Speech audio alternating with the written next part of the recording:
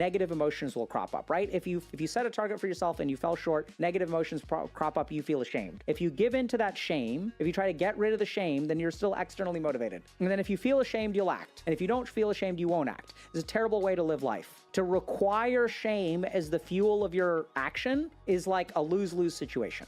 So we need to disable the whole circuit, be autonomous. So set a target that encompasses the life that you want to live. Then when you wake up in the morning, you're not going to feel like doing it. And then ask yourself one question. Do I want to be a person who does what they feel like or does what they intend? And in that moment, you can make that choice. And it's as simple as that. Not saying it's easy, it's as simple.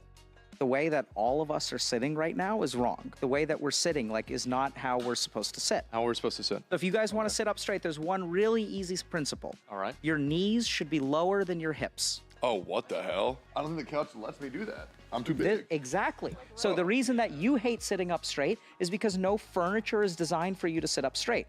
So I'll teach y'all something cool, okay? Freak. So I'm gonna sit like this. So this is easy for me to sit up straight. You guys may not be able to do that. No problem.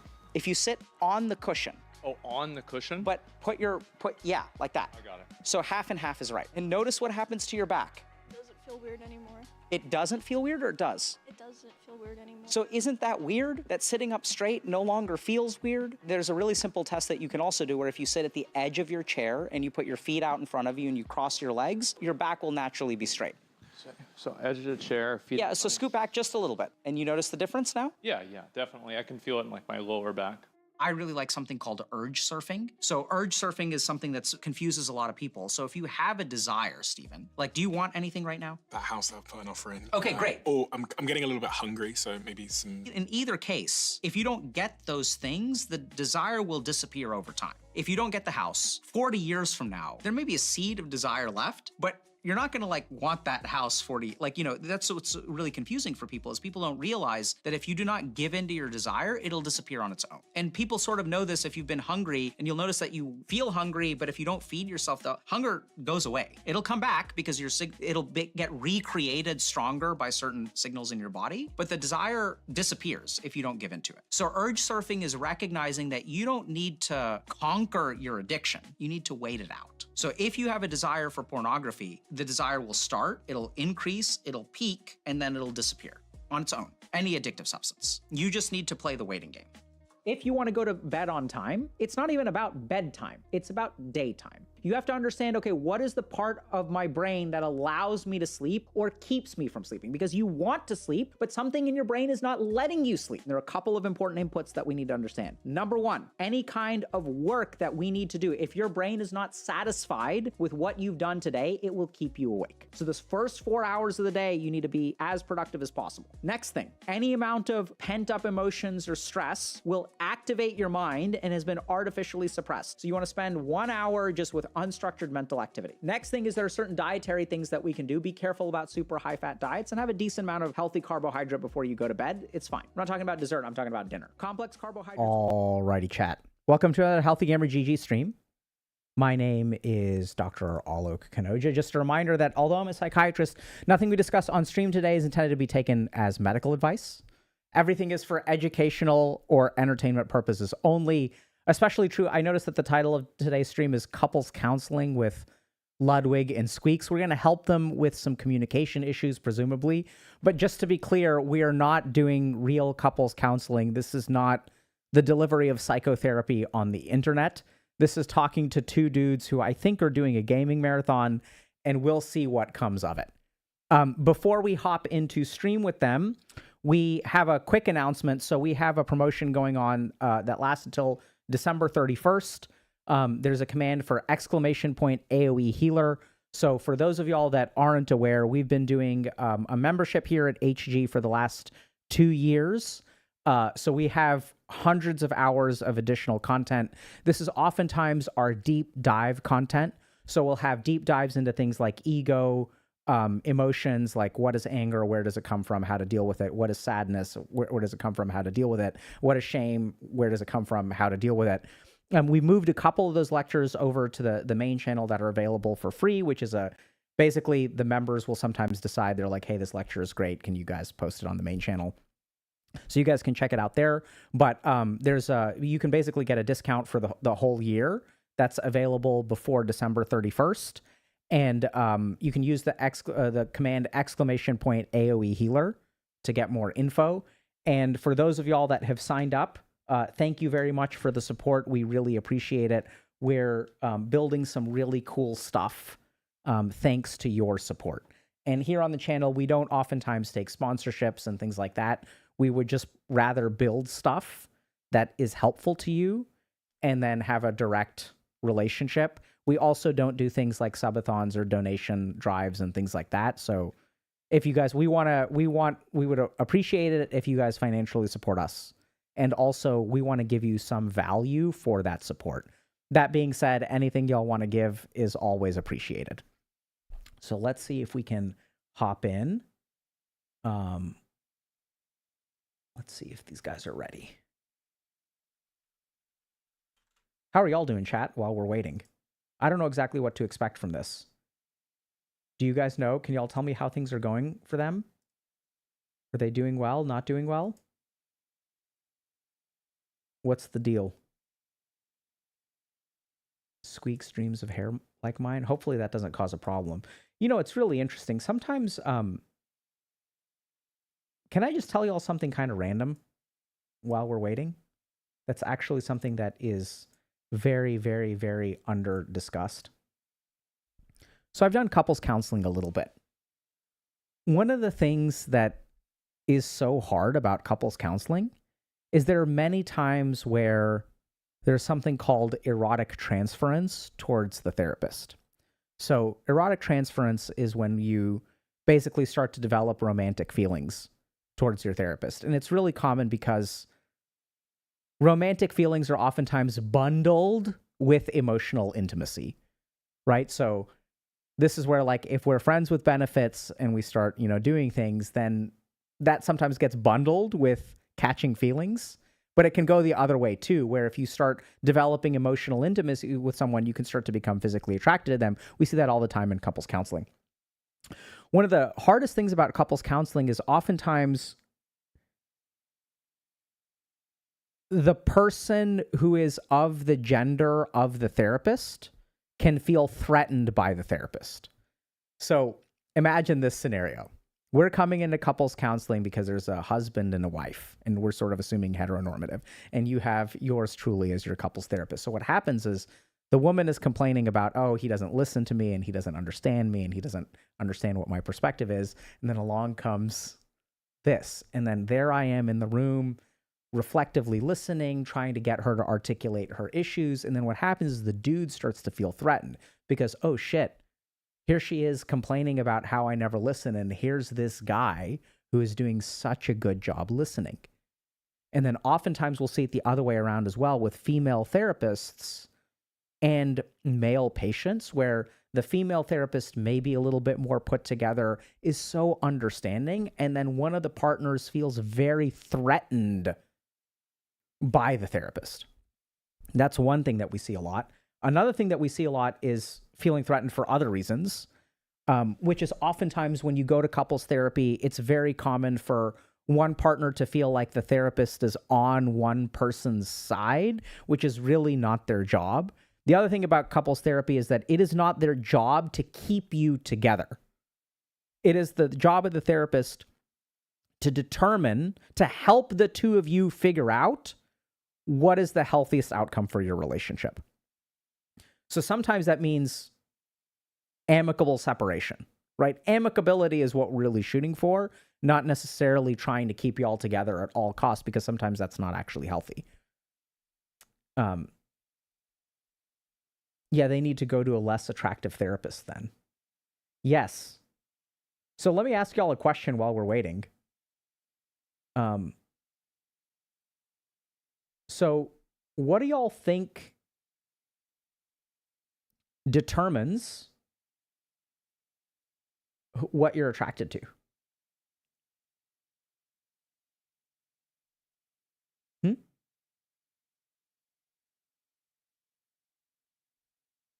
Okay. So, yeah, it depends on the person. Let's start with wrong answers. Hormones. Okay, so I want y'all to understand something. So I assume you mean like your hormones. But your hormones are relatively constant, right? You're surrounded by people.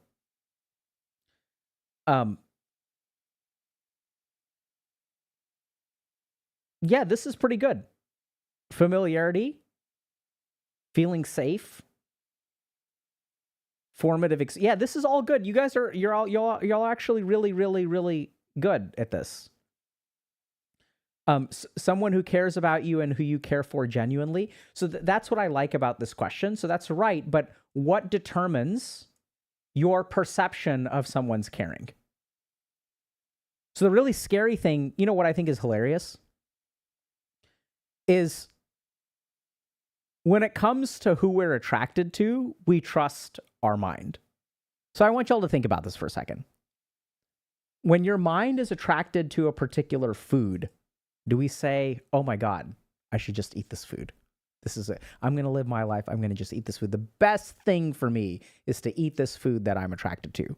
When it comes to the activities that we do, oh my God, I just feel my mind is so attracted to spending 6 hours on my phone or playing video games or binge watching Stranger Things. Take your pick. Playing Expedition 33. Oh, here we go. And we just listen to it. But when it comes to attraction, so our mind is wrong about those things. You mute your own. But when it comes to attraction, it's like, oh, suddenly we've got to listen to it. Hold on, let me fix this up. You guys ever notice that? Okay. Hello. Are we doing, do y'all have one camera or two? We got one camera for the both of us. I'll throw it on for you. Okay, let's go. We look good. Oh. Wait 1 second. I'm getting better at my job every day. Okay. Count to 10 for me while we're waiting. 16 cup that form. 1, 2, 3, Okay, that's 4, 5, 6, 7, 8, 9, 10. okay. We'll get it. How y'all doing? Oh man, the spirits are so freaking high here, Dr. K. We are so tired. We're in the middle of our marathon, but we're doing all right. How about you? I'm doing well, man. Spirits are actually high over here. Yeah. Oh my God. Hi. You guys look so unhealthy. Like y'all look. What are y'all doing to yourselves? Well, we're playing every single Dark Souls Okay. in one stream Okay. with the goal of beating them all within 1 week. Okay. I'm gonna. Can y'all scoot closer together? I can't see both of y'all into my. Yeah. Have. No. Ludwig needs to move closer to Squeaks. Oh. Oh, okay. All right. Does that I'm work? gonna come over to. Yeah, there we go. Perfect. No. We don't want him to move out. Move Oh, you back. want us very centered. Yeah, there we go. Perfect. Okay. Just like that. Okay. Okay. Yeah, so y'all are playing through all of the Dark Souls? Yeah, in one stream, and we have to beat them all in a week. And are y'all sleeping? Yeah. Are y'all We eating? sleep, yeah. We eat. Actually, honestly, maybe a bit too much. I gained a bit of weight, I think, already this marathon. So help me understand what a day looks like for the two of you. Well, we wake up at the last possible second. And then I say, Ludwig, can we please go on a walk? Can we please get food? And he says, no, sorry, we have to go live because we have to beat Dark Souls. Mhm. And then I sit down, usually a little after Ludwig, because I'm drinking water, take a shower, and then we get started to play Dark Souls, and that's the entire day. So, okay, we just sit here and play the game. And so you guys are playing through all of the Dark Souls and DLCs? Oh, I don't hear Ludwig. I was hearing you guys. Hey, can you hear me now? Oh my God, that's so much better. Hold on. Yeah, I think I was on the wrong mic. Yep, sounds about right. Count to 10 for me. 1, 2, Perfect. 3, 4. Okay, so you guys are playing through Dark Souls, and have y'all played Dark Souls before? Yeah, it's a good question. I played Dark Souls 1 and 3, never 2. I played 1 and never 2 and 3. Okay, so y'all are familiar with the game. I would say yeah. I would say I'm more familiar than Ludwig. But... I would say, I mean, we're both familiar too. He didn't ask who's more familiar. Right. But to say I'm familiar with Dark Souls is crazy after some of the atrocities. Familiar. Like, familiar is not like oh, you've seen a trailer? What do you mean? that would make you somewhat familiar. Wait, I think I'm familiar, yeah. Are y'all memeing right now? Are you guys trying to be entertaining in this moment? Like, it's a genuine question. So I want to just share with y'all what my experience of this is. We enter the stream, okay? I'm asking y'all a couple of questions. Things are like relatively chill. Y'all are sort of answering questions. You change your mic, and then I ask you, are you familiar? And there's this burst of emotional energy. You guys are laughing and also getting angry with each other. You guys notice how that turned on like a switch? Yeah. And so you guys see we're back to the other way now. Well, I think it's been our life for 4 days. Okay. Days are kind of blending together for me. Yeah. What do y'all want to talk about today? Well, I think you saw a clip. Yes. And it involved me throwing a controller. And then I think you said something to the degree of these guys need help. Mm-hmm. Oh, these guys need help. Yeah, they need a third person to enter the Dark Souls and do what's that? That's that serpent place in Dark Souls 1, right? That was the clip that I saw. It was like you were running through Black Gulch. Yeah, Black Gulch. Black Gulch, Dark Dark Souls Gulch? 2. Yeah, that was Black Gulch Dark Souls 2, yeah. I thought it was like that serpent fortress in DS1, but okay. You guys were playing Scholar and you're playing Scholar of the First Sin. That's the one. Wait, you've played Dark Souls as well? Oh yeah. Oh, have you played the DLCs? Not so much. Oh, so I have dabbled with some of the DLCs, but I tend to find that the DLCs just have a lot of like rote programming that you need to learn. Right? So it's just you have to spend hours like learning a move set, and at that point I don't think it's like a good investment of my time. Because it's just like there's a high density of bosses, which is really cool from a content perspective, but it's also like it's just learning this crazy moveset. Yeah, I would also agree that what we're doing is not a good investment of time. Why would you say that?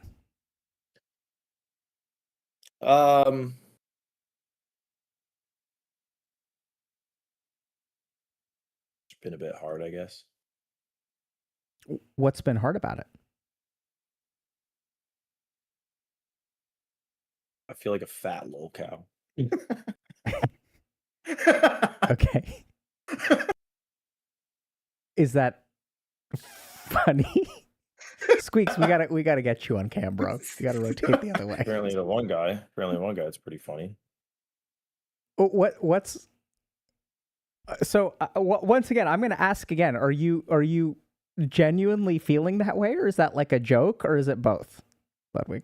I don't even know how to answer that because it's all blended together.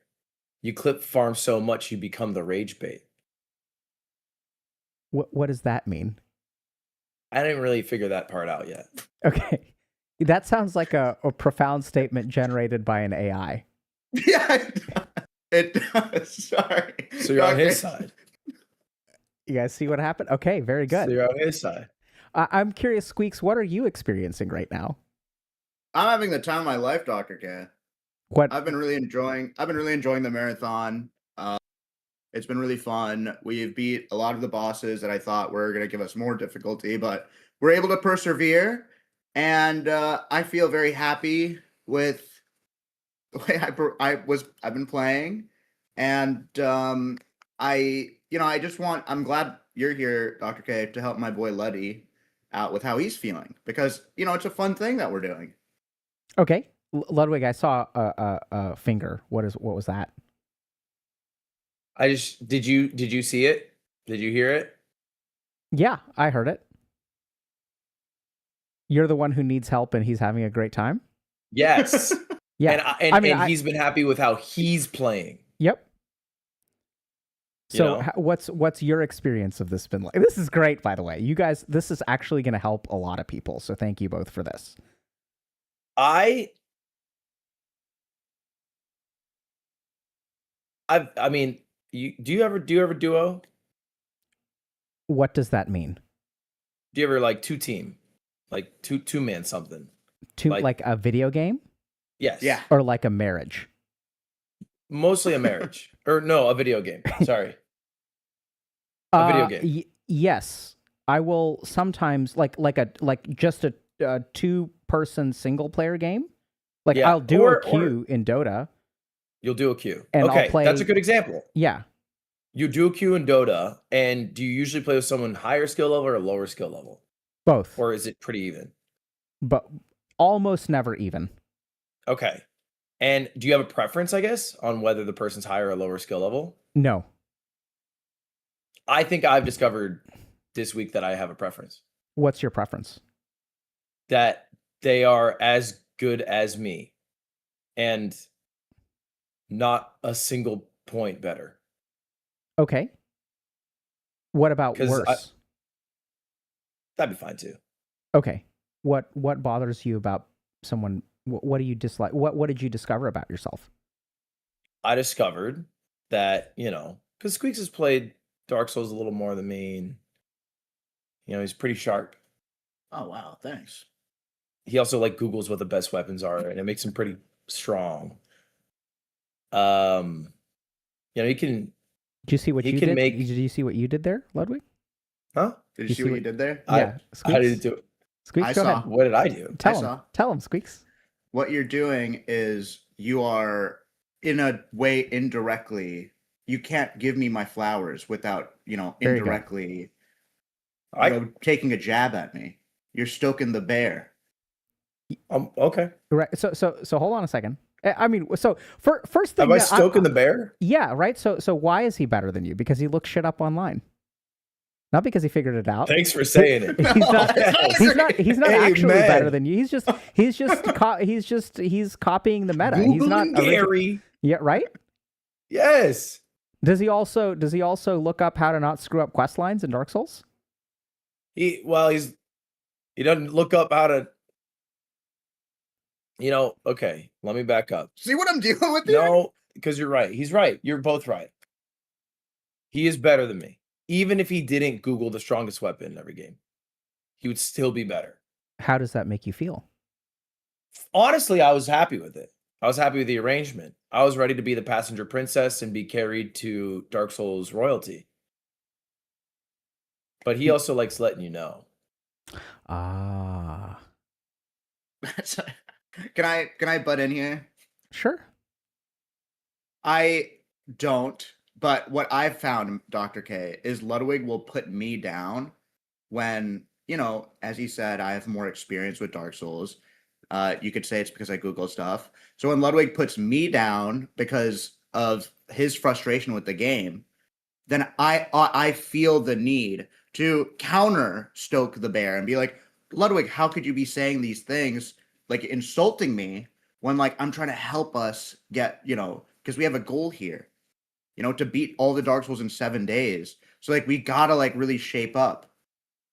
So that's how I feel. It's it's not me really starting the I'm better than you, follow me, do this. In fact, Ludwig has beat me in 1v1s almost every day and is the captain. And I will, bend over backwards to make sure, he respects in Dark Souls 2. He started out with a build he didn't like. So I was happy to stop doing what we were doing. We were we had to change his build and stuff like that. But I find it that when Ludwig, even though we're going through all these things, is still, unhappy, I find that to be very, very annoying. Okay, I'm going to pause for a second. So I want to just set the frame.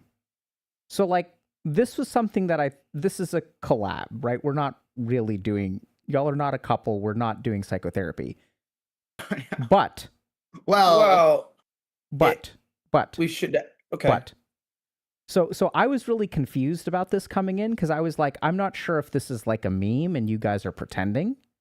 What I think is really fascinating about this is that I think a lot of what people need to learn as duos, let's say, is like, I think there's a lot of realness to y'all's frustration. There's a lot of like legitimacy. So I want to just point out like one thing that I'm seeing right now. So Ludwig has a concern, right? He's like, okay, sure, I understand Squeaks is more familiar with it. He's better. But, and you were actually okay with that. So at one point you said you don't like that, right? And then later you said, I was actually okay being the passenger princess, but then he likes to let me know, right? He's got to kind of shove it in your face. And then Squeaks is like, but hold on a second. The reason I shove it in your face is because of the way that you put me down when I do a good job. Did you guys catch that? So that dynamic is really common of like, I want y'all to notice that there's a cycle here. Now, Squeaks is saying he started it. But I'm sure if we asked Ludwig, what would Ludwig say? Who starts it? Actually, and that's a good thing because he did start it. Okay. Right. So now we get to the most dangerous word in couples counseling. Actually. Divorce. Oh. No, actually. Okay. Right? So Actually. Yeah. Can y'all think about that for a second? What's the problem with that word? I would think if you say like, oh, actually, you know, what happened is that every time I fall off the map, he goes leaping Luddy and you know, he makes fun of me for that way before he even had a chance. And so if I'm starting to engage in that, I'm diminishing what he feels happened for what the truth is. Oh, okay. Squeaks, you have you don't have to comment, but I just want to give you some space if you. No, I think Ludwig's right. Okay, so let's talk for a second about this. The truth versus what he thinks happened. Mm-hmm. Right? So like both of y'all, this is something that's very important to understand. We're going to leave truth far behind.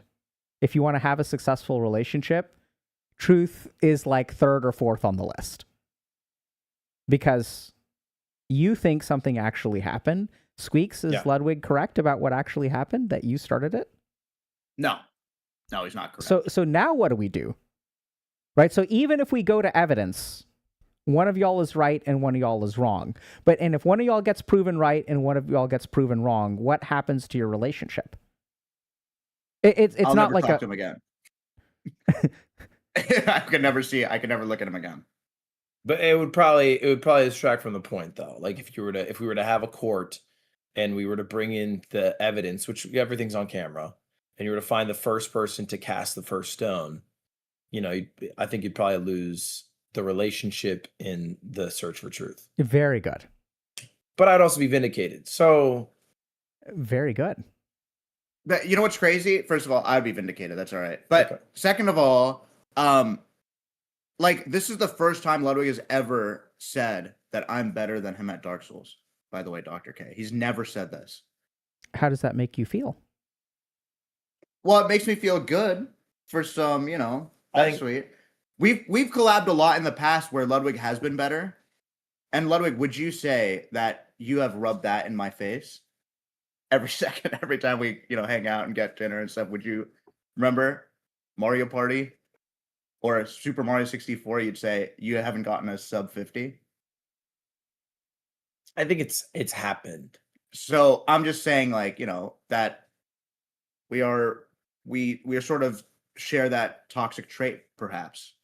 And maybe that's why we understand each other. What do you think, Ludwig?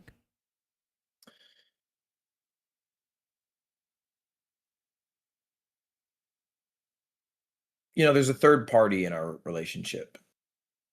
Okay. Chat. Okay. And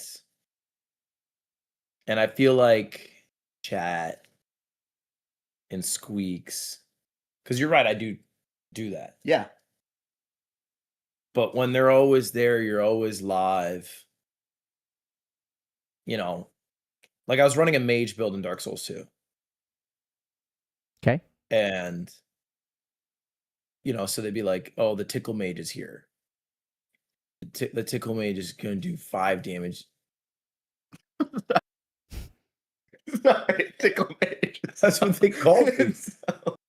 That's what they would call me, the tickle baby. Sorry, Because I sorry. wouldn't do that much damage, so it'd be equivalent to me tickling the boss. Okay. And and then you have they would always say Squeaks is dealing dick because he would do big damage because he was using the rapier. Yeah. and that's a very strong weapon. And so it's like but he's feeding into like he really likes those comments, so he's really feeding into it. And so then at a certain point, I crack. Okay. And then and then I'm trying to bring him down to my level because I can't get up to his. Okay, so I'm going to ask y'all, how truthful are y'all being right now? When I threw my controller in Black Gulch, I was mad.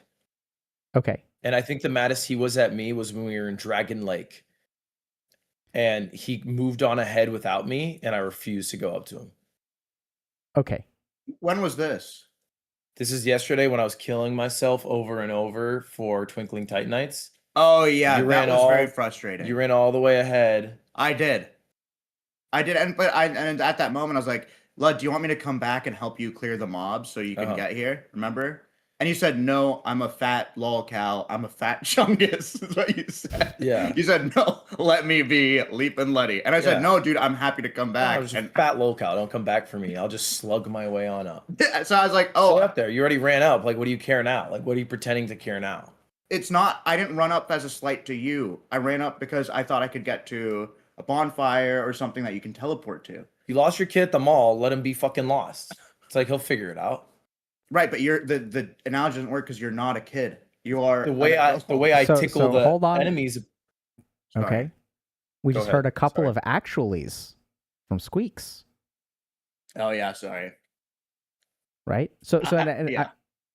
Okay, so this is what's like fascinating about this is like I get the impression that this is a meme, but there's like it tries you guys. I know y'all are trying to be entertaining, but and I think y'all have figured this out as well. I think all three of us actually are good at being entertaining and being authentic, and I think y'all are authentic and you're entertaining.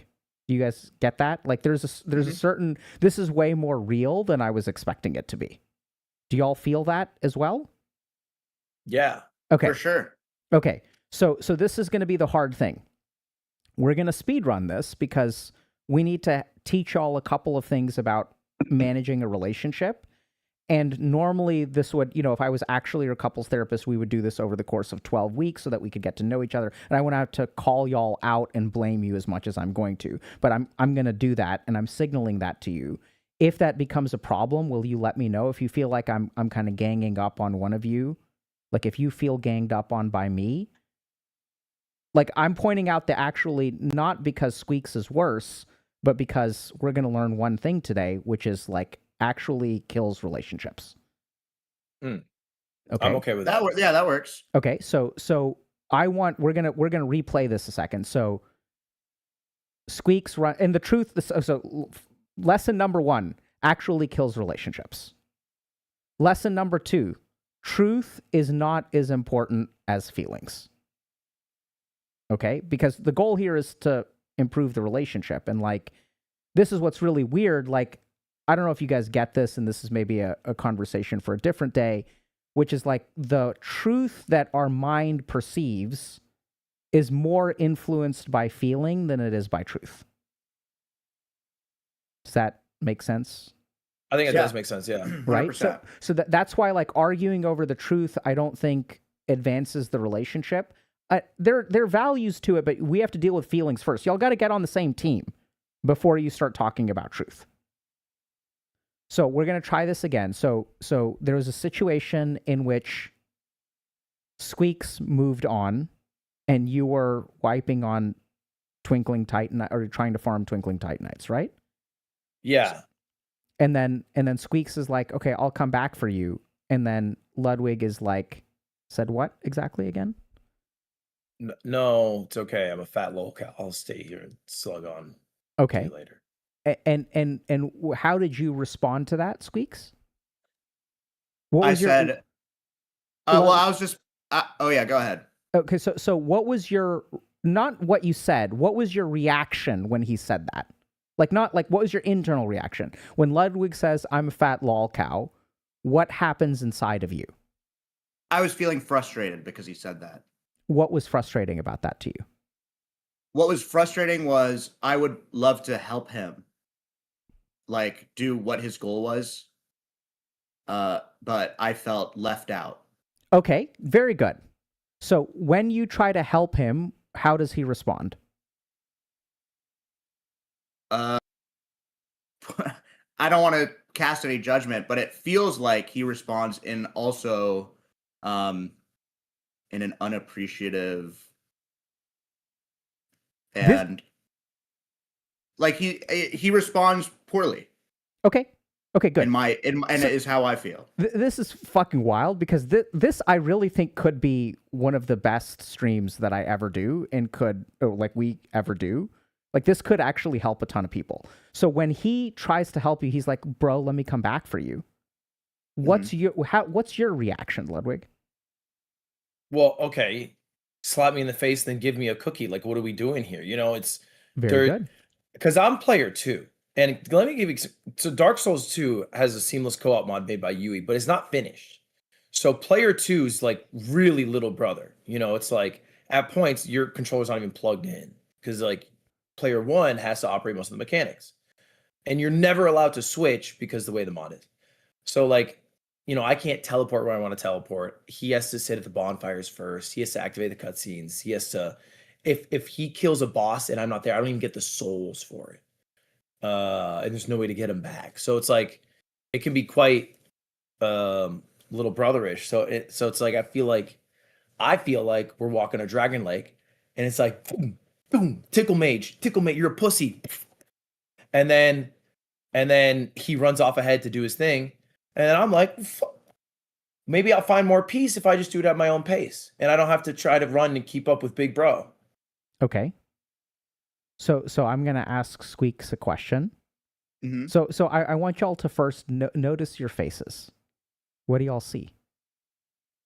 Don't make that. What? He's making a face to make me laugh, dude. No, a little bit. I was looking at you. I didn't see his face. In the second. Okay. So that's okay. I think chat will notice. So I think so this feels emotionally different to me than it did like even 5 minutes ago. You guys see how like we're working on stuff now? Like you sort of feel that or not so much? There's more tension. There's more tension to you. Yeah. Okay. Maybe less. If it feels like more tension to you, that's okay. I feel like there's less. Mm. So the really interesting thing is y'all have stopped actualing. You're just talking about your experience. Yeah. Yeah. Right? So feelings. Very good, right? And I'm not asking you how you feel. I asked once or twice, but I'm not asking you how you feel. Now y'all are talking about it spontaneously. So now we're going to do something really cool. So Squeaks, I want you to imagine that you're a little brother. Okay? Mm-hmm. Imagine your little brother, and Big Brother leaves you behind. And then Big Brother, from a place of on high, extends a hand down. Oh, let me help you, little brother. How do you think that's going to make little brother feel? Less than. It would make little brother feel inferior. Right? Mm-hmm. And so, what are you understanding about Ludwig's situation now? I understand that he would feel small, like a fat lol cow. That's how he put it. Right. No, completely. I understand that feeling for sure. Yep. And this is going to be hard now, okay? So now we're going to do hard question for Squeaks. How do you imagine Ludwig feels hearing you say that? He feels vindicated and not in a negative way, but he feels, he hears me. Yeah, right. So I don't know, Ludwig, do you remember your reaction when Squeaks was saying that? Just now? Yeah. Yeah. What was it?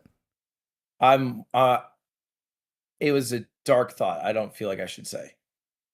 Okay, that's fine. That's okay. What? Don't look at me with that. Okay, that's okay. So I was thinking I was winning, which was maybe a bad thought. No, it's very good. Excellent. Next level.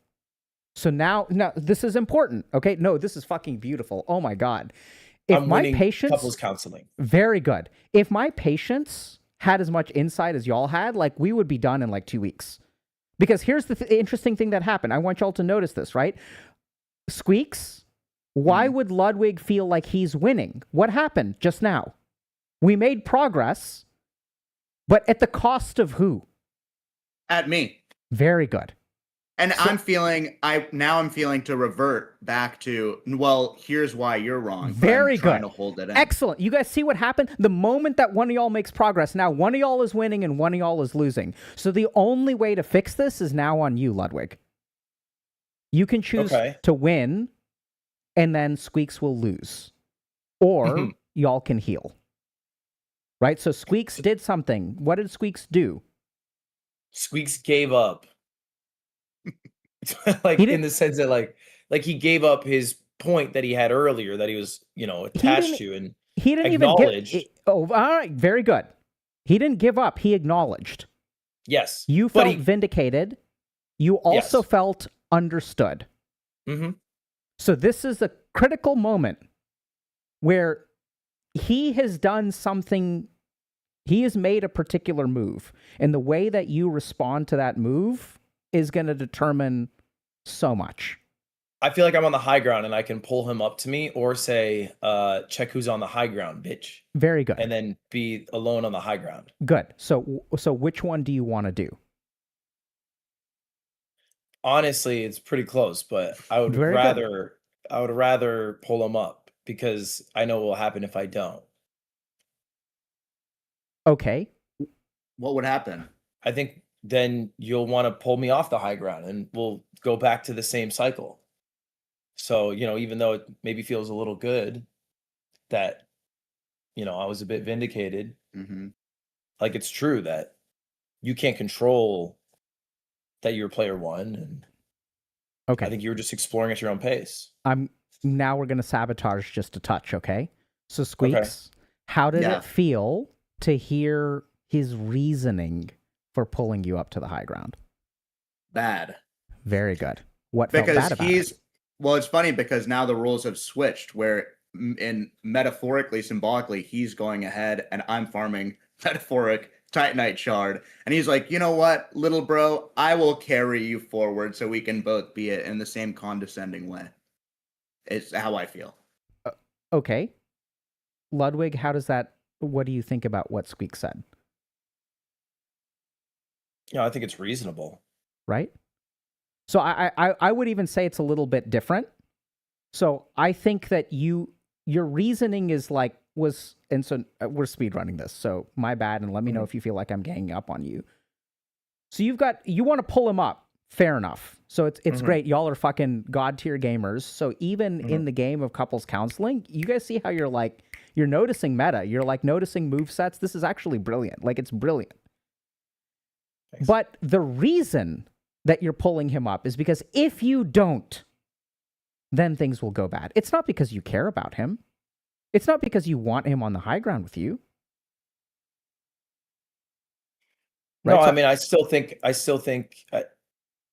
think I'm being maybe extra honest. But I don't think I should keep it to myself. I think I should say that's how I felt in the moment. And I think I'm still holding on to some of the tension. It's like, yeah, I still do want to prove to Big Bro that I can, be equal or better or on top of him.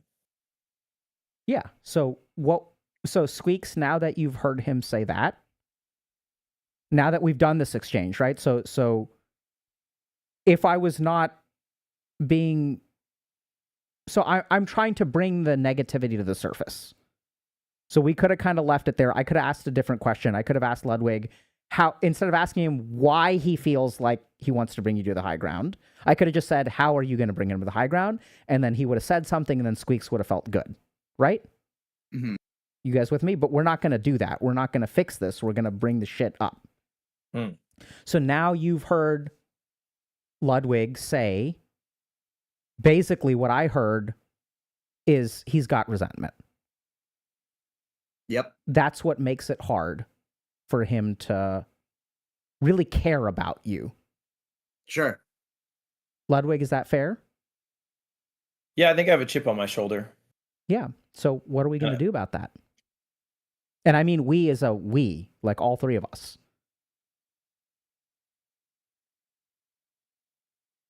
Are you asking? Well, if it's all three of us, what do you think? I think you're going to have to let the resentment go. Squeaks, I think, can help you some with that. The most important thing that he can do is not sabotage your effort. Right? So he went out on a limb and he was like, I did something. I understand his viewpoint. You felt vindicated. I think the flip side of that vindicate is you felt understood. Mm-hmm. But now he's taken a step forward, right? He's helped elevate you to the high ground. And it's good that you're acknowledging that you still feel some degree of resentment and you're kind of like, and I'm going to use a judgmental word, you're a little bit selfish about it, but that's what it is. So now I sort of feel like the ball is in your court. Doesn't necessarily have to be. But I think I want you to imagine if Squeaks has to do it again, what is he going to start to feel? Let's say you don't let go of that resentment. You don't elevate him. And then in order for the relationship to move forward, like Squeaks has to do it a second time. You guys get what I'm saying? Yeah. Then how is he going to feel? He's going to feel pretty bad. What is the character of the badness? I think he would feel like... I'll give you... Okay, go ahead. Well, I'd imagine if he keeps trying to like pull me up and maybe my motives or my intents or my response to that is negative, he's going to feel like, why the hell am I even doing this? Very good. So what is he going to start to feel more and more of? Resentment. Very good. Interesting, huh? But I would pass my resentment on to him. Exactly. Then I would have none. Very good. That's what we think. And I would have all your resentment. Yeah. Right? And if he had all of his resentment, if he had all of your resentment, Ludwig, how would you feel? How would I feel? Yeah. If you were, because that's what you're doing. You see how what you're doing, it's interesting. You feel resentment and you're like behaving in a way to make him feel resentment. How would you feel once you succeed? I don't think I would feel good because I think it would hurt our relationship. And I think he would start speaking even worse to me. Yeah. So that would absolutely happen. I think you would feel a sense of justice.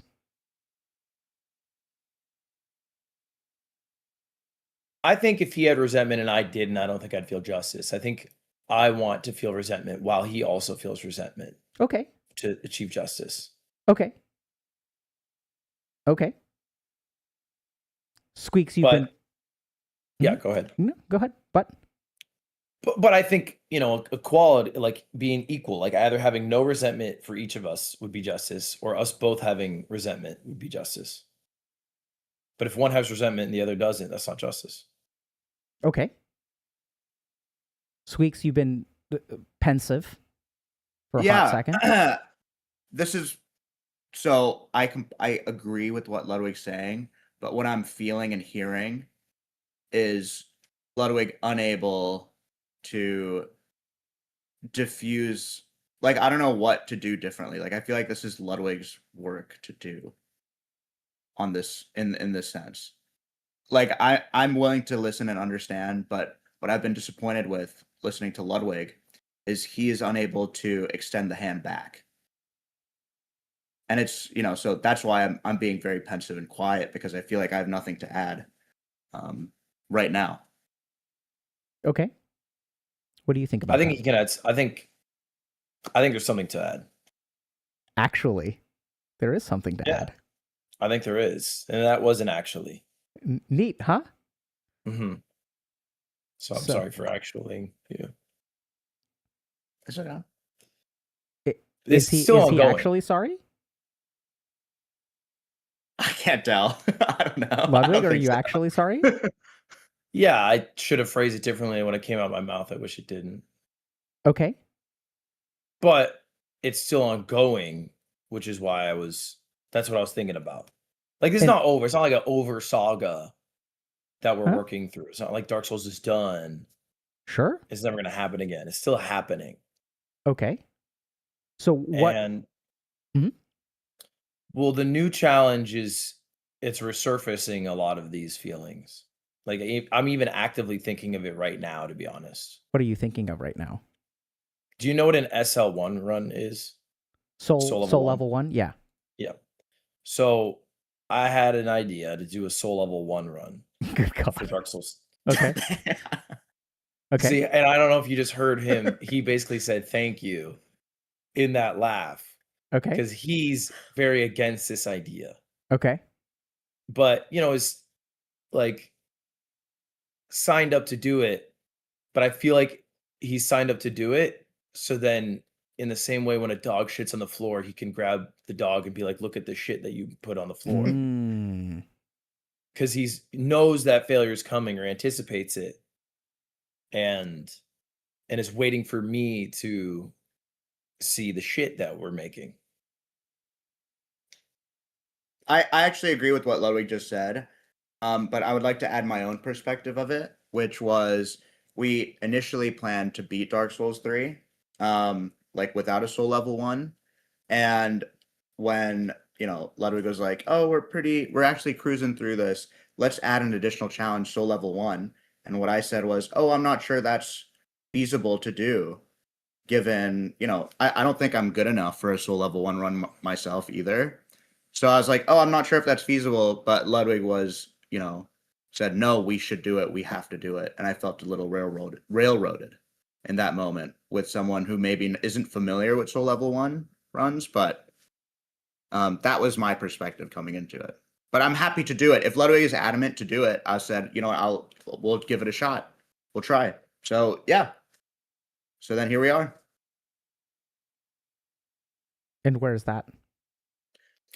We just beat the tree with the balls. The tree boss with the balls. Do you remember? Like, it's in the very beginning. Pustules, maybe. It's an optional boss, but we're about 5% in the game. In DS3. We took in DS3, yeah. Yeah, we took the banner and flew. Okay. It's been a while. So yeah, where do y'all feel like y'all are in this conversation right now? Let's start with where each of you is. I think I'm happy to admit and acknowledge that Squeaks is a great Dark Souls player and I'm not. And I think I lean on him and I appreciate that, you're a strong shoulder to lean on. But I don't want Dark Souls 3 to be either scenario. One, we cruise through it because we have the strong, like basically the same experience we had the first two, because it's a little bit of a, yellow brick road walk. Or two, I'm running head first into a brick wall and he's standing behind me. Like, yep, let's run. And waiting for me to smash my face. So I'm. Wait, what do you mean by that? What does that mean? Like, the only reason I agreed to do it is because we asked an expert. Mm-hmm. And they said it was possible. But, I don't want to feel like, we're about to, you're about to hit the three sisters of Godfried. Mm-hmm. And you're sitting there going, and you don't like, cause that like, there's no chance. Cause I don't know, mm-hmm. cause I've never been here. And then you just watch me slowly get mentally destroyed until I'm at a weak, sad state. And then I give up. Okay. Which I feel like is what you're expecting to happen. You just don't know when it'll happen. Yeah, but my response to that is I can't help that that's how I feel. That is how I feel. I do feel SL1 we're not able to do it. If it was just me and you and the world was full of zombies, mm-hmm. maybe there's be no way we could make it out. But I'd want to fight every last second with you. Okay. I agree, but I think we can make it if in a world full of zombies. But if we were SL1 in a world full of zombies, I'd say, brother, let's just enjoy our last fucking moments here, bro. Like, we're not gonna do it. Okay. This really blows my mind. So I want like 15 to 20 minutes at the end, if that's okay. Like I've got a set of talking points, which is like it's amazing me how much y'all are like speed running real relationship patterns. So we had asked Ludwig how he was feeling or where he was. Where are you in the conversation right now, Squeaks?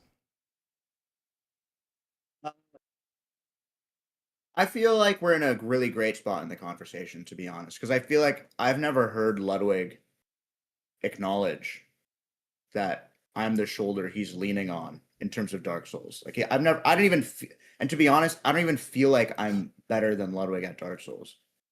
Like, truly, I don't feel that way. I just think I have more experience in the game, so I know like the skill isn't there; it's just the experience. But I feel like just airing out, how we're feeling in certain situations has been very helpful. Okay. Yeah.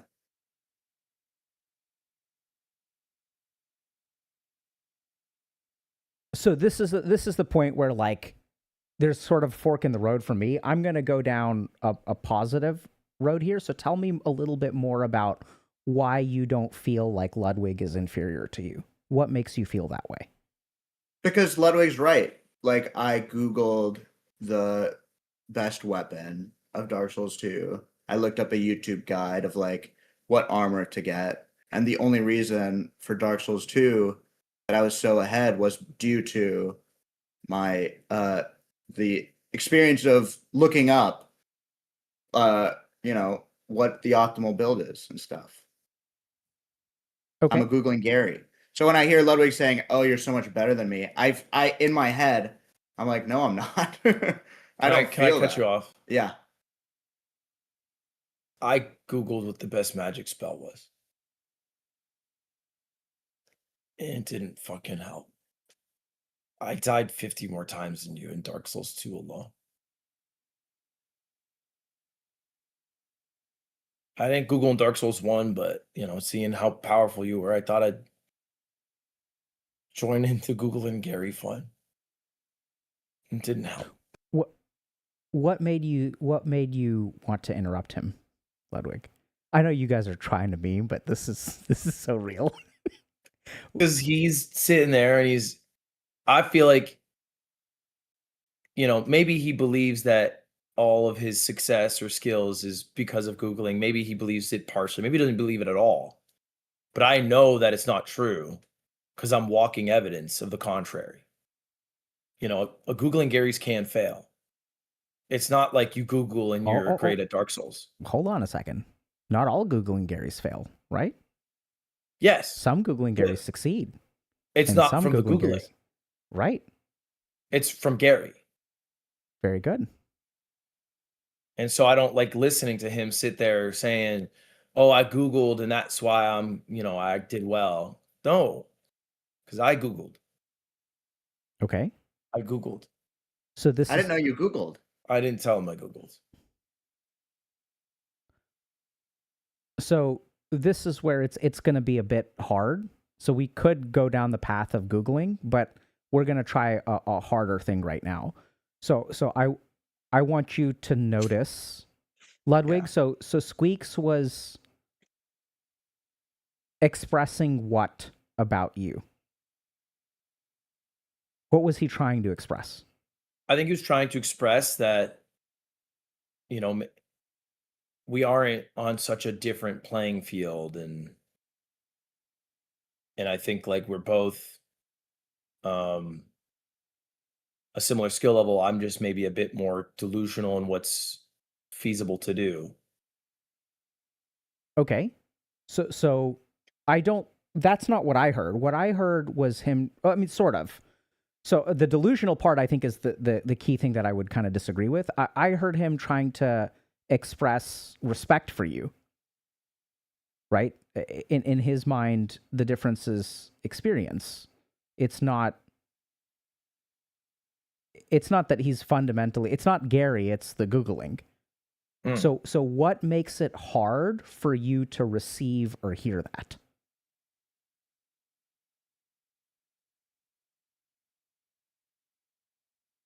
It's like hearing WWE's fake for the first time. You know, it's like this is big bro over here. You know, and like I think I've constantly taken some jabs at him over years about being better than him at XYZ game. But that's because he's a real, genuine gamer. So it's like if I'm able to get something over him, to me, that's a pretty big achievement. Because, you know, he's global elite in Counter-Strike. It's pretty hard to do, Dr. K. Okay. You know, he's got like a 50-minute 70-star time. So like for me, I don't feel like I've earned that respect yet. And I think I need to earn it. I can't just be, you know. I Googled where the same. Whose respect do you need to earn?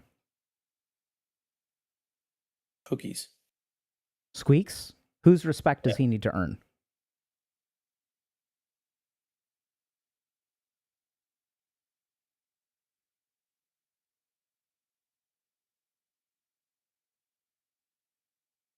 You. Right? Say that, extrapolate.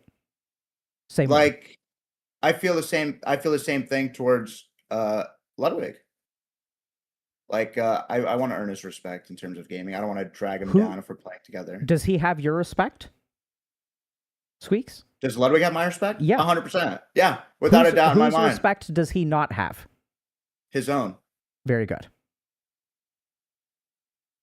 Ludwig, do you see that?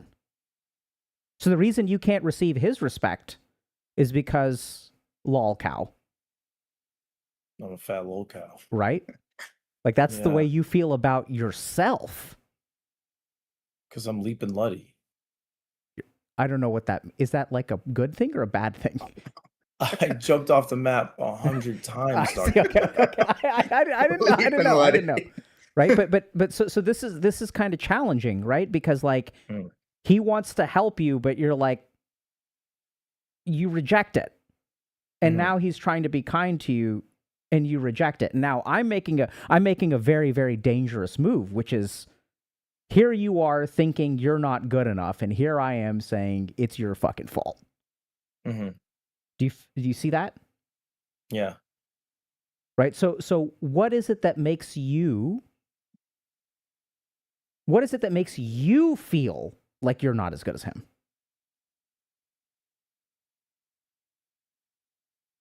I don't think I ever want to be good enough. What does that mean?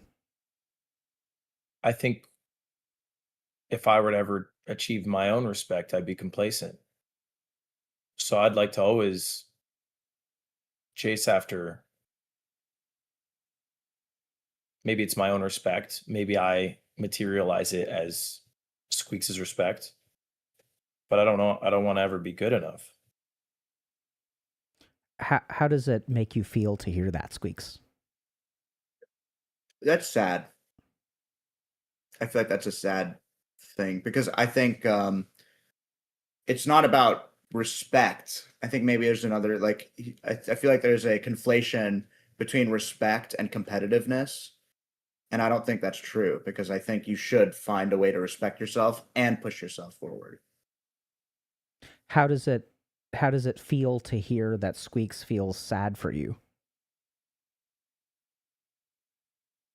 It's nice he's thinking about me. You don't feel angry? No. Good.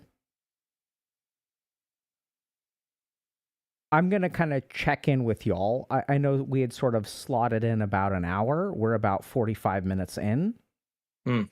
Where do y'all want to take this? Do you guys want to go a little bit further? Do you want me to explain a couple of things? Do you, like, where are y'all? You want to do more exploration? Do you want to do explanation? Do you want...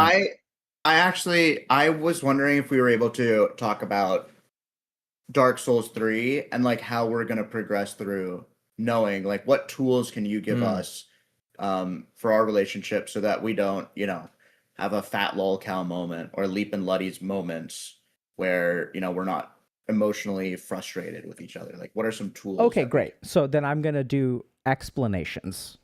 Perfect. So, first thing to understand, actuallys ruin relationships, and they come in all kinds of ways. Why do they ruin relationships? Because it's not about what really happened. It's about, you're not dealing with what really happened. What you're dealing with is the other person's perception of what happened. How do you defeat an actually? Great question. So so I'll give you all another example. So Ludwig has some degree of dissatisfaction with himself. He has a certain degree of envy towards Squeaks. So I know you guys are really, really, really close friends and y'all love each other very much. That much is clear. And these feelings can be there. So this may be part of the reason why he puts you down, flexes when he's superior. But do y'all see how like insecurity about yourself and feeling inferior to someone will cause you to do all kinds of things? It'll cause you to flex. It'll cause you to feel resentment when the other person demonstrates their superiority. It'll also cause you to swat away the hand of kindness.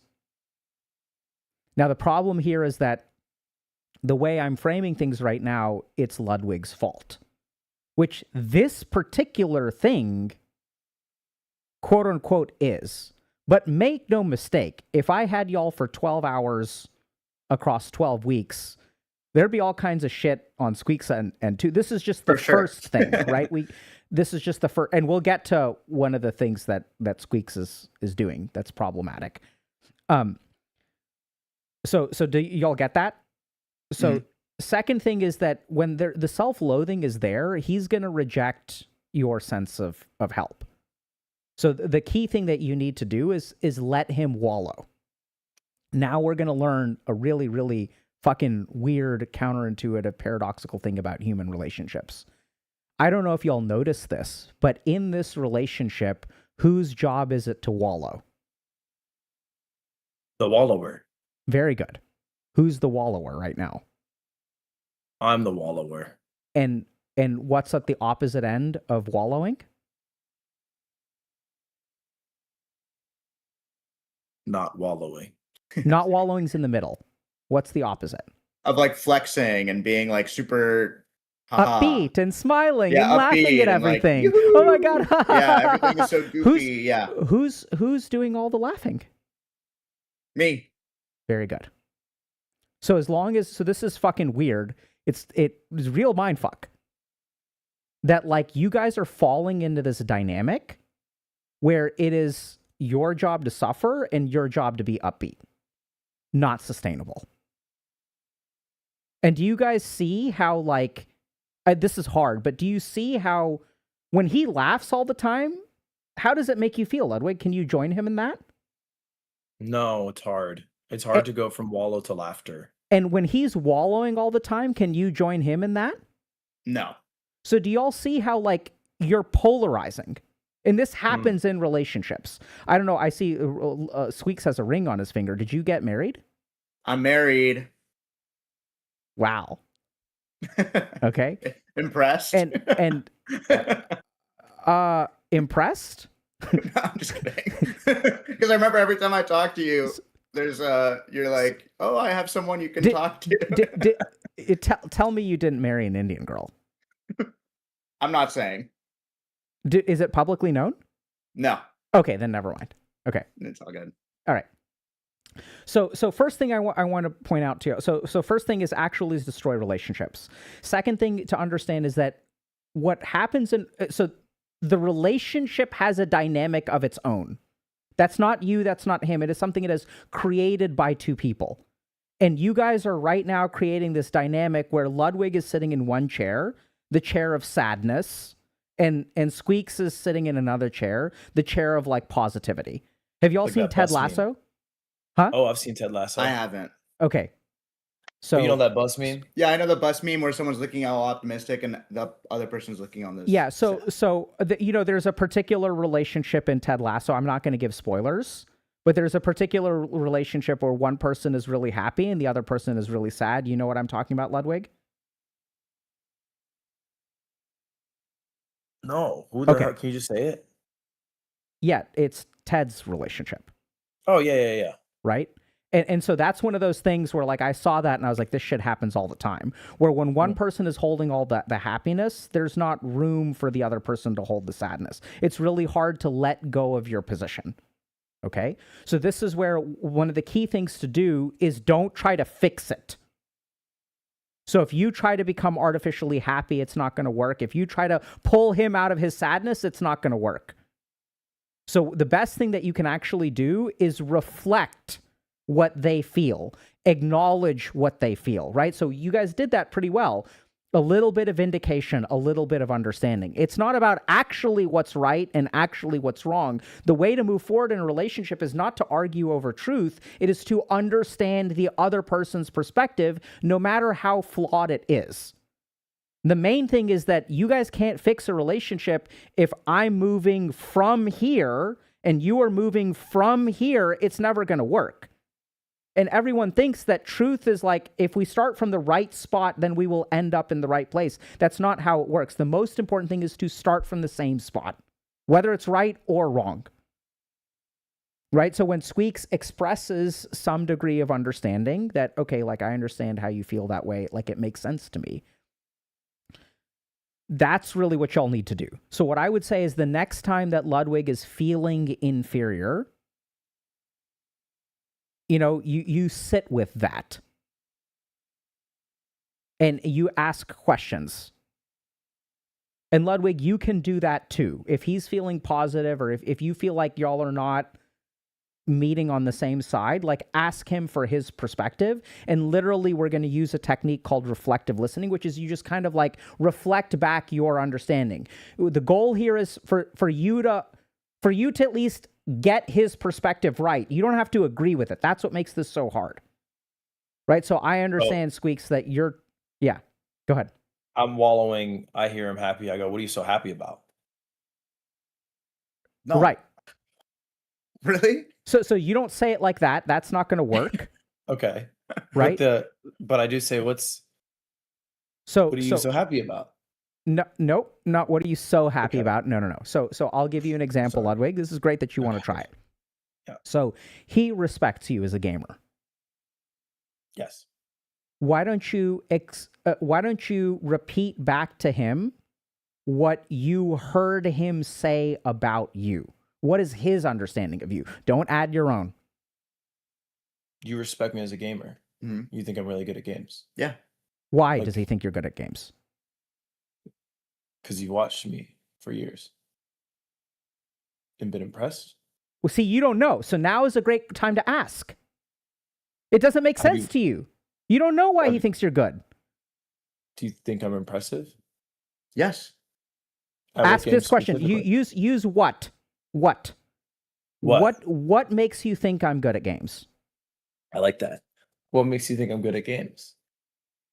I think whenever you pick up a game, you learn it faster than I can learn it. For example, like rage games specifically, Mhm. you're very good at those. I'm trying my hardest, and you still usually beat them before me. I think I'm very impressed with your Mario Party minigame speedrun. Do you think I've picked up like Counter-Strike pretty fast? God, no. Sorry. So I can't hold be on a honest. second. That's okay. So That's okay. That's I was just asking. That's a mistake, but a good one, right? So your question was based on what, Ludwig? Was based on your own hypothesis. You're not hearing what he's saying. You're pointing out the one exception to the rule. Yeah. You see where your mind goes automatically to the self-loathing.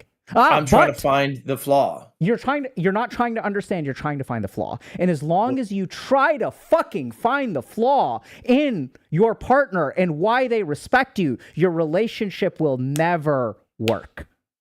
Think about that.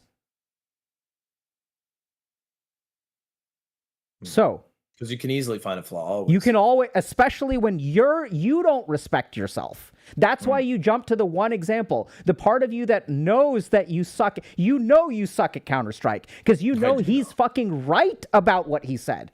He may right. end up better, but you learn faster. You know that's true, but you can't sit with it. That's hard for you to hear, so you jump to the right thing. So go back. Ask him again, what makes you think I'm good at games? And now listen and then reflect back. What makes you think I'm good at games? Yeah, like I said, you learn games faster than me, and I think you stick with the game for a long time, and I respect that.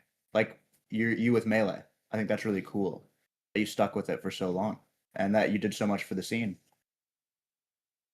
So you think I improve quickly, and I have like a strong loyalty to games? Yeah. And you respect both those things? Yes. Okay. How do you feel, Ludwig? I didn't know the second part, so that was nice to hear. You guys see the magic that just happened? He has self-loathing, and he responds. CSGO. What about Counter-Strike? You're a global elite in Counter-Strike. I suck at Counter-Strike. All it takes... So this is the cool thing, Ludwig. If you do this, you're the one that changes. +1 humanity. I felt it. +1 humanity. There we go. Fucking tarnished, or what is it? Hollow? Hollowed. That's the problem, is he's gone hollow. I've gone hollow. He's gone hollow. Right? And you can't make him unhollow. He has to consume the humanity. Right? So this is what's really cool about this, is if you ask, like, if you don't understand, right, if it makes no sense to you, don't go fishing for an answer. Just ask a what question. What makes you think I'm good at games? And give him a chance, because this is beautiful. He's talking about things about you that he respects. That's why he respects you, but that never even crossed your mind. He loves you. He sees parts of you that it's hard for you to see. That's what makes a relationship healthy, because this other person sees things about you that are really hard for you to see. And as you put yourself in their shoes, you start to see those parts of yourself. But the beautiful thing is, remember, it's not about whether those are right or wrong. Now both of y'all are seeing yourself a particular way. Now, For sure. you know, if Squeak says, hey, can I help you with this? It may be hard because there's a lot of habitual thinking, but I think you're one step forward. Right? Does that make sense? That makes sense to me. So, first thing, actually is ruin relationships. Second thing, try to understand the other person's perspective. Really try to understand it. You have your own. It's not that yours is right and theirs is wrong. I think both of y'all are right and both of y'all are wrong. But as long as we're not on the same page about where we are in this moment, never going to work. Okay? Do y'all have questions so far?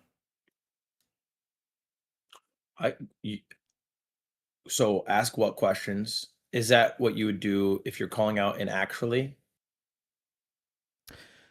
Calling out an actually is like a more tricky thing. So I'm calling out an actually to show y'all.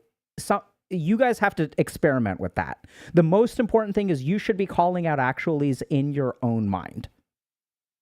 And I want you out loud? No, you can call them out loud, but here's the key thing. I want y'all, and hopefully y'all can imagine this, maybe you can't. So when you make an actually statement, how does the other person feel? Bad. Puts Very them down. good. Now, so you have something really, really, really cool at your disposal.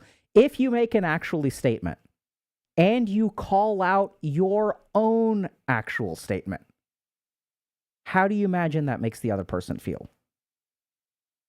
Better, because you'd acknowledge. Like, that's what you should do.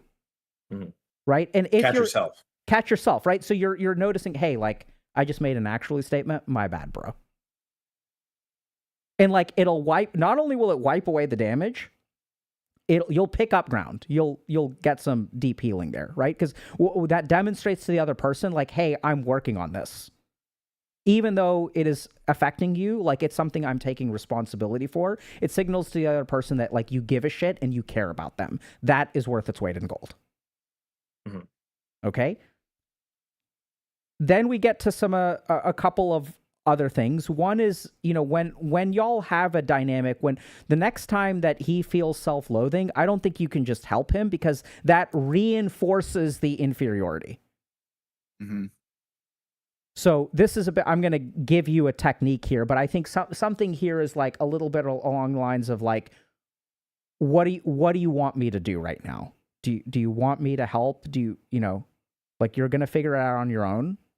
Like sometimes even a little bit of like expression of faith can be rejected. So I think that's where yeah. There was an instance where I wasn't sure what to do because I don't know if it was Ludwig talking or his wallowing. Like there was an instance where I was in the boss battle and Ludwig died, and like Ludwig said in Dark Souls 2, if I beat the boss, he doesn't get the souls if he's not alive. So I said, Ludwig, do you want me to beat the boss right now? And he said, yeah, I don't care. And so I did it. I beat the boss, but I felt like that wasn't the right move after the fact because then Ludwig was like unhappy. Very good. That he wasn't there. So sometimes I don't know if I'm having a conversation with Ludwig or if I'm having a conversation with his wallowing. There's no difference, first of all, right? Okay. So and that's where. What does he want, Squeaks? He wants to feel included and respected. Yeah, so this is challenging. So I'll answer it in a different way. You're answering it in psychological. He wants to have not died. Oh, okay. Right? Yeah. But that happened. For sure. Now we get to another really challenging thing about relationships. Sometimes shit happens in relationships and you can't fix it. And even if you ask your partner, what do you want me to do? Right? It's like, I'm going to give you an extreme example. Turns out we can't get pregnant, but we both want kids. Maybe I will go impregnate, and then your partner's like, just impregnate my sister. It'll be fine. It's like, that ain't going to work. Like, even if they say, like, right, because Ludwig is like, I have to suffer, I died, but I don't want to deprive the souls from you. You didn't die. You don't suck at the game. You shouldn't hold yourself back on my account. Because even if you say, okay, I'm going to wipe, let's try again. What's the problem with that, Squeaks? Then it's like, I feel like then I'm infantilizing him. I'm like, very good. I'm like the big bro being like, oh, you couldn't do it. Right. So now this is beautiful because this really happens in relationships where you're like damned if you do and damned if you don't. Mm-hmm. How do you fix this problem? Really, really, really cool counter move here, which is you dump it in their lap. You say, Ludwig, I don't know what to do. You're telling me to wipe the boss. If I wipe the boss, I do it without you. If I wipe myself, you feel infantilized. There's no way to win.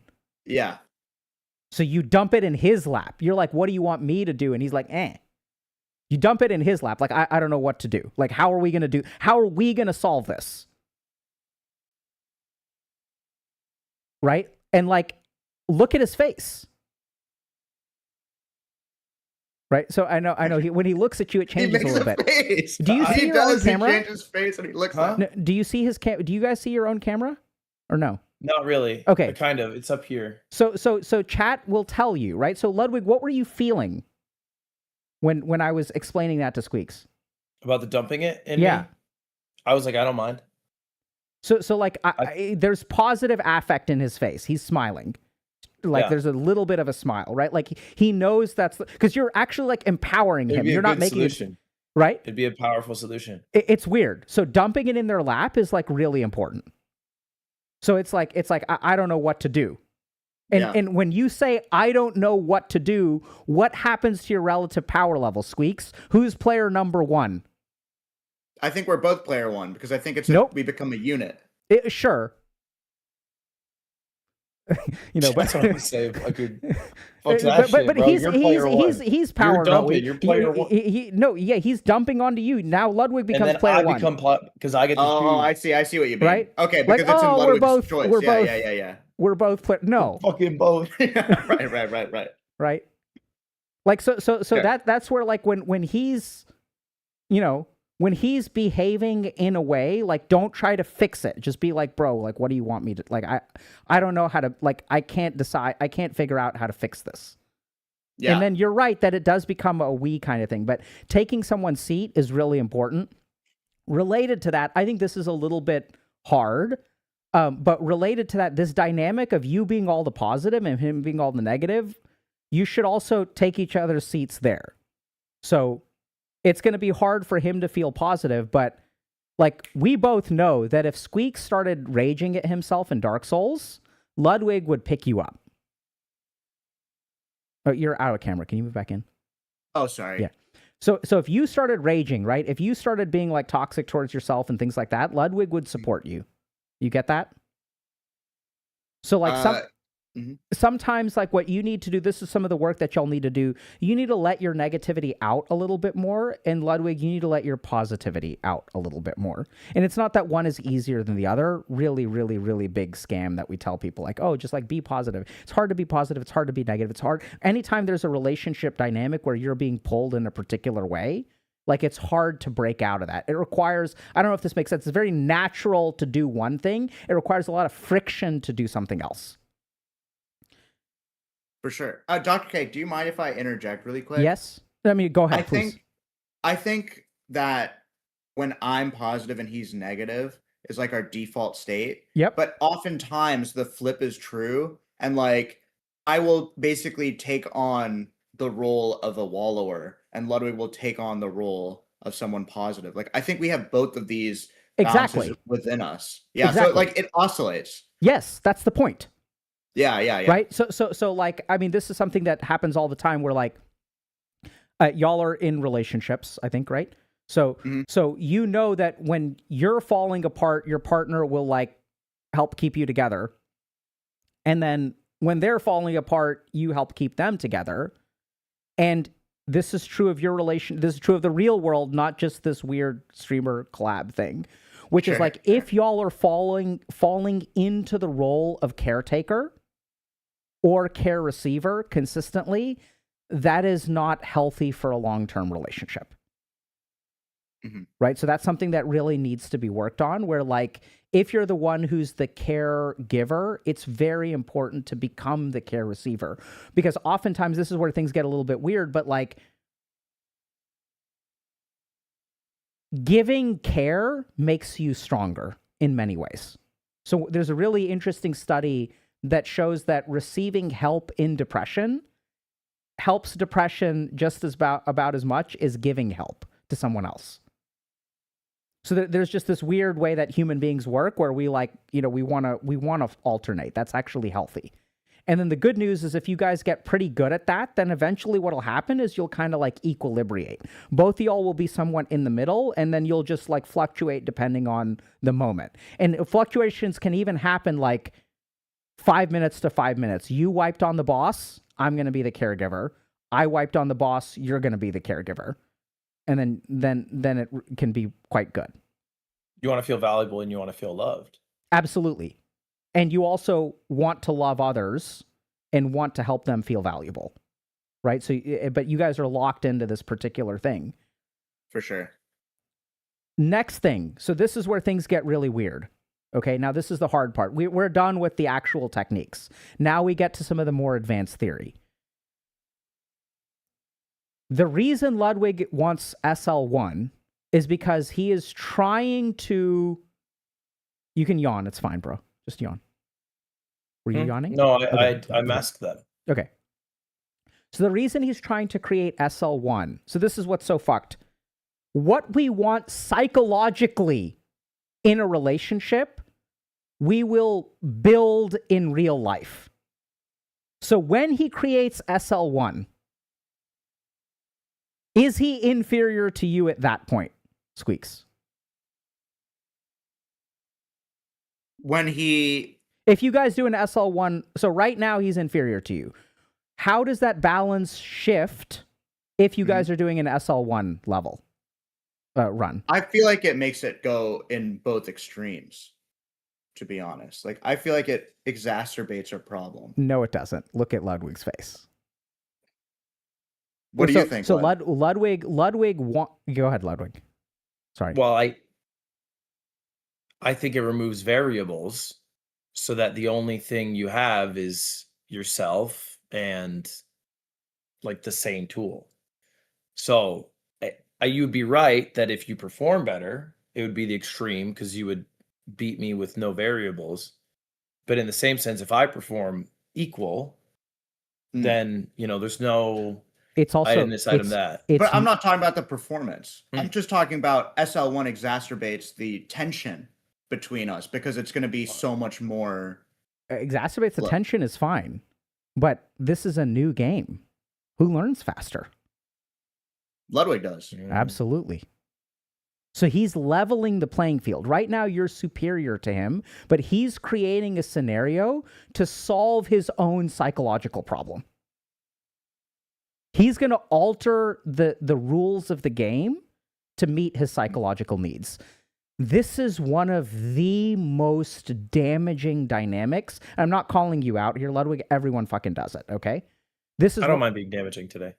So this is one of the most damaging dynamics where instead of telling people what we want, we engineer controlling behaviors to create what we psychologically want.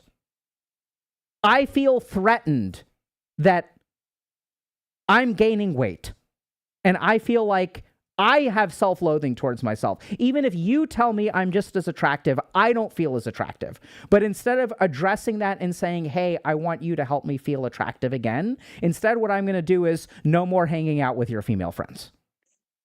You guys get what I'm saying? Yeah, yeah. You're going to structure the environment to address your psychological needs instead of addressing your psychological needs. This leads to the failure of relationships. This is how people start out. This is why people have to sign prenups. Because what happens when you sign a prenup is y'all are in love. And in this state of the relationship, there's no need for a prenup. But then what happens is something happens in the relationship where things get stressed. And we don't address our psychological needs. And it's fucking amazing how brilliant. Ludwig has no idea about any of this stuff, but his mind is hungry for it. He wants the SL1. And you're like, no, bro. And he's like, no, let's do it. Let's do it. Just the tip. Come on, baby. Like, he wants it, right? Yeah. Yeah, Yeah. right. He really does. I do. I know. Right? And so where does that come from? And it's like there's all this weird psychological stuff going on. You want an even playing field because you feel like you're inferior. And the beautiful thing is that we can address that in all of these other ways. Some of this weird verbal jujitsu where it's like, we can help you feel good about yourself, right? And we can respect you, and then it'll solve all those dynamics. So like sometimes people are in relationships and they don't understand why their partner is so insistent about a certain change to your environment or circumstance. If you are ever wondering why your partner is so insistent about wanting you to do something, you just need to ask yourself, what is the psychological impact for them? And then once you address that directly, so what we try to do in couples therapy is like once we raise this to the surface, we address it directly. So once we understand that Ludwig feels inferior to you in some way, once we understand that, we address that directly by offering him respect, by him genuinely understanding why you respect him, then all of those behaviors will start to melt away. It's fucking insane.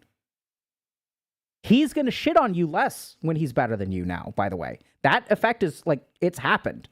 Whether you guys, and I know we're kind of like pretending or whatever, but like that's going to happen for real. It's done. Right? So just because you end up better, he gets better faster. And he knows that too. This is where like now you guys have arrived at truth. But if at the get-go you guys started into an argument and like, yeah, sure, I end up better, but actually you learn faster. He would have rejected it.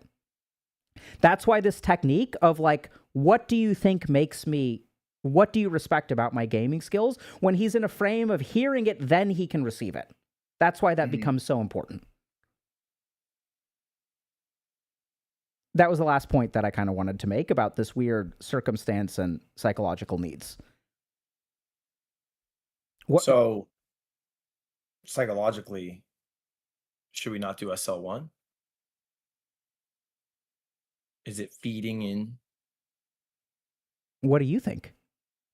How do y'all feel about SL1 now? Be honest, and it doesn't have to be the right answer. You don't have to solve. We're going to get to the answer to your question, but it doesn't have to start with your initial response. I'll help you all get there.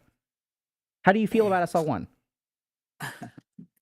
So far, I feel fine about it. We've only taken on 3 bosses, and we did a first try, like one that was harder. It took like maybe an hour, and then one that was a second try. But these are also the 3 easiest bosses Dark Souls 3 offers, and I don't know what comes next. Okay. So I don't feel like it has proven itself to be undoable, but I also I don't have the experience to know otherwise. And my fear is that we start SL1 and we get through all of the easy bosses, but then like it's harder to switch because Dark Souls 3, we're doing the DLC, gets genuinely difficult. So then I fear that we're gonna have to like soul farm or something to catch up to all of the lost souls from starting SL1. So that, that's my big fear with doing SL1 is we don't have the time to do an SL1 run. So if you don't understand Ludwig, you can ask a what question, or what you should do is reflect back your understanding.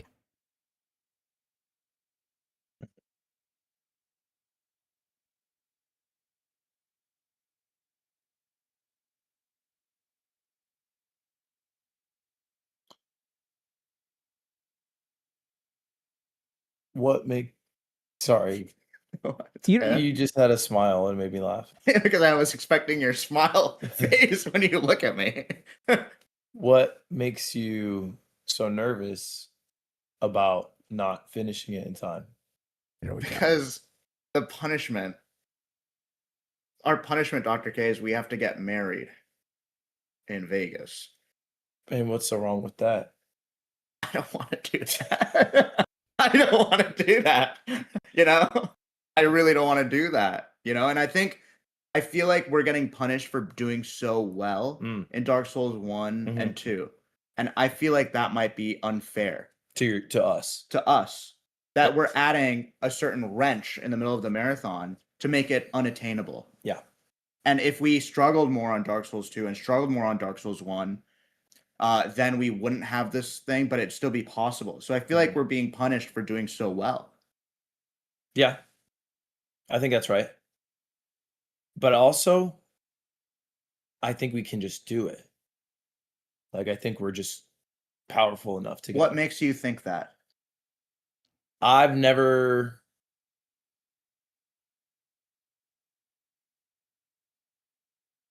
Oh, it can't be that fucking hard. Desmos did it. Desmos from the chat. And Okay. I feel like we're better gamers than Desmos. So the reason I want to push back on that... Don't push back. Don't push back. What did you ask a question or reflect back? I understand that you think we're better than the No, average gamer. wrong. I understand that you think we're better. That's sharing your own opinion. What is he saying? Oh, what he's saying is that we should still reframe what he's saying. Yeah, reflect it back to him. What is his viewpoint? His viewpoint is that we should just do it because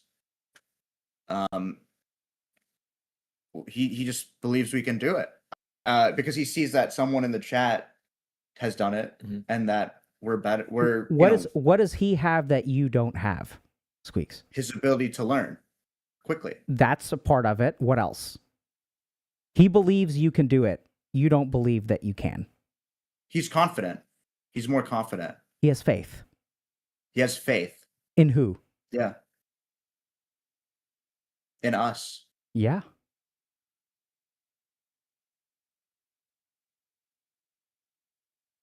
Yeah, that's what he feels. I mean, my whole body is wanting to recoil at this and retort and say what I'm really holding it in. Okay. But yeah, okay. I guess he has more faith and confidence in us. This is really important. So when we do this, this is what the experience is like. It's really hard. Yeah. Right? And Ludwig, how do you feel receiving what Squeaks is sending your way right now? I see him recoiling. It's pretty obvious. Yeah. Good. And it makes me I'll never question my blind faith and belief in us Mhm. ever. It will never shackle. I always think we can achieve this, but there's also no point in achieving it if the feeling that it gives you is so palpable. If the effort to attempt it is so stressful or whatever it is, it doesn't make me believe we can't do it. Like, I'm not switching to the side of it's impossible. I'm switching to the side of, okay, well, then what's the point of doing it? We don't have to. Can you explain that to me? I'm sorry, I don't understand. I think it's okay to not do SL1, but not because we can't do it. Like, I'll never accept that the reason we don't do SL1 is because we can't do it. Because I think we can do it. I 100% agree with you. 100%. But I'm okay not doing SL1 because of the tension it brings you. I don't feel tension about this. The only stress that I feel is that we don't have enough time. That's part of the tension. Yeah. If we had infinite time, sure. Yeah. But we don't have infinite time. There's a life, there's a schedule, there's a... Yeah. That being said, Ludwig, I understand that your faith in us is so strong, and I agree that we can do it if we had wider time parameters. But I'm willing to buckle up and do it if you feel very passionate. I don't want you to make a concession. If you're really passionate about finishing an SL1 run, let's fucking do it.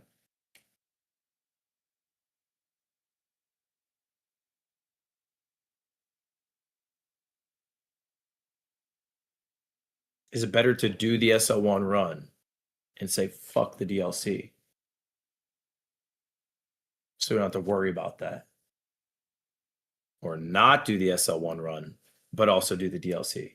So basically see more of the game or achieve a greater, gaming accomplishment, quote unquote. I personally would say to for sure do the DLC. Because it's like some of the most iconic bosses. So I would say we could do SL1. If those are the two choices, I would say not to do SL1 just so we can see the DLC.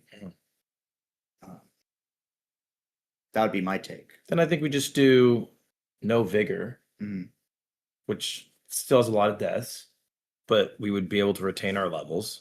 We could do Dark Souls 3. We can do the DLCs. Probably at a pretty good pace too. Yeah. But with like a difficulty that, wouldn't make it super easy to beat. For sure. I agree with that completely. And I think the no vigor is a great compromise. I mean, that's also very tough. Yeah, it'll be hard. A great compromise. But at least the damage output will scale. Yeah. And it's not like we go to DLC and we're level 1. Yeah.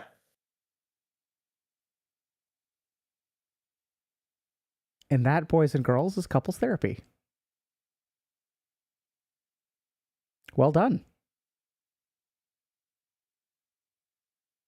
Thanks. Thank you.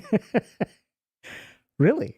This is how just the tip ends up in conversations like this, right? It's like so I want y'all to like just notice. Honestly, like I can't tell if y'all are acting at this point because I literally could not script a more perfect conversation because you guys disagreed and look at what I just sat the fuck back. You guys came up with a compromise. You understood why the other person felt what they felt. And this is why truth doesn't matter. Is it right to do it? Is it wrong? No one fucking cares. It's not important. Look, I understand. And the crazy thing is that, I don't know if you guys caught this, but both of y'all, Ludwig wanted to do SL1. You didn't want to do SL1. And in a conversation, both of you were like, we can do it your way. And then, like, that's crazy. You guys got there on your own. You're like, look, I have faith that we can do it, but I don't want to do it.